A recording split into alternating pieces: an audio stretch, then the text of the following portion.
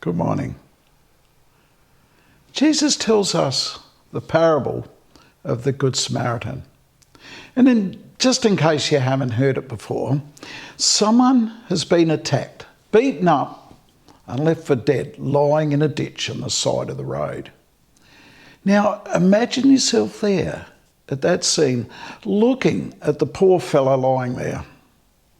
Do you immediately rush over and help this person who you don't even know? You remember in any first aid lesson, the first thing to remember is danger. Look around and make sure that you are safe first. After all, it could be a trap. So as soon as you go over there to look after that poor fellow lying in the gutter, some people might jump out of the bushes, making you the next victim. See, the parable talks a bit about that. It talks about a priest walking past the scene and not stopping. Now, it's easy for us to stand back in our respective places and of safety and criticise, but the priest had an excuse by saying that it would make him unclean if the person was dead, and he would not be able to do his job anymore, remembering that there was no welfare benefits back in those days. A Levite also walked past, and for his own particular reasons, but from their perspective, and probably from the perspective of others looking on, they were most probably justified. See, I would imagine it's no different these days. You only have to watch the TV. Crimes are committed all the time. And we as onlookers or witnesses may find that we easily become targets ourselves, and maybe placing ourselves or even our families in danger of payback or retribution. The world can be a very scary place. And we are responsible for our own safety as well as for our family and others around us.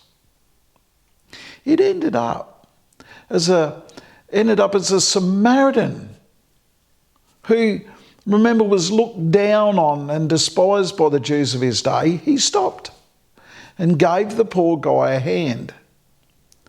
Jesus told this parable after a question from a Jew, a teacher or an expert of the law who knew he had to love God, and he also knew that he had to love his neighbour as himself. But he wanted to know who his neighbour actually was.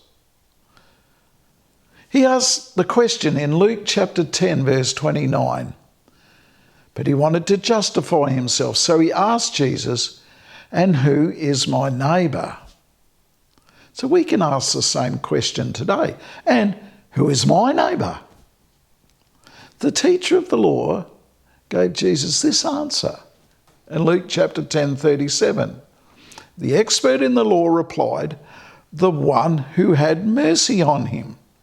Jesus told him, "Go and do likewise." See, the whole point of the parable is not about judging others or their motives, or even being prepared to jump in and sacrifice ourselves to help someone in trouble. The parable is about having mercy for others, or it is our opportunity to show mercy to someone else because it's the neighbourly thing to do. So I don't believe it is just about people either. It involves showing mercy, to pets, to animals, or even in our environment, everything around us. It is about being a person of mercy, who, when the opportunity presents itself, will always take the way of mercy.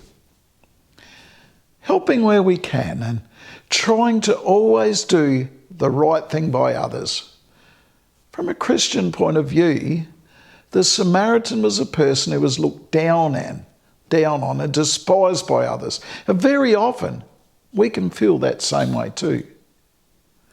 We don't feel we're good enough, or we don't feel we're rich enough, and Very often we feel like others look down their noses at us. The Samaritan, by showing mercy, was certainly not despised by at least one person in the parable anymore. Jesus wants us all to be people of mercy. We can put ourselves in the shoes of various characters in this parable. And at different times in our lives, we could have been any one of them. We would maybe be the one that was too busy and distracted with ourselves and our jobs and our important positions to bother about looking after someone else down on their luck. We may have been happy to let someone else or some organisation jump in to pick up the slack. Maybe we have considered others and their well-being and completely disregarded some others who we would consider beneath ourselves or a nuisance. Maybe we have been a little bit hasty in avoiding someone who grates on our sensitivities a bit.